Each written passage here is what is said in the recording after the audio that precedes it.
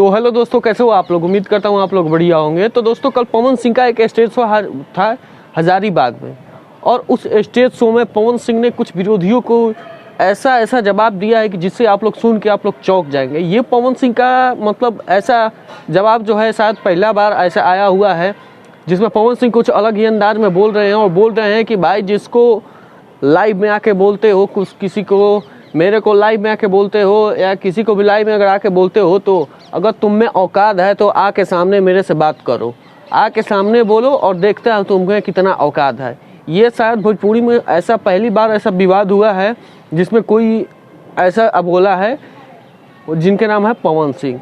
दोस्तों, ये जहाँ तक बोले हैं यहाँ तक तो मतलब बहुत ये बोलना नहीं चाहिए था, लेकिन क्या करिएगा, भोजपुरी में कुछ दूसरे स्टार या दूसरे स्टार का समर्थन लोग इतना नाक में दम करके रख दिए हैं ना, इतना हक दिए हैं कि उनको मजबूरी में आके ये सब बोलना पड़ रहा है। और ये सब तो हमारे भोजपुरी के लिए ठीक नहीं है, लेकिन एक दूसरा आदमी कितना सब्र करे, उसका भी तो मन है, वो भी कितना सब्र करे यार।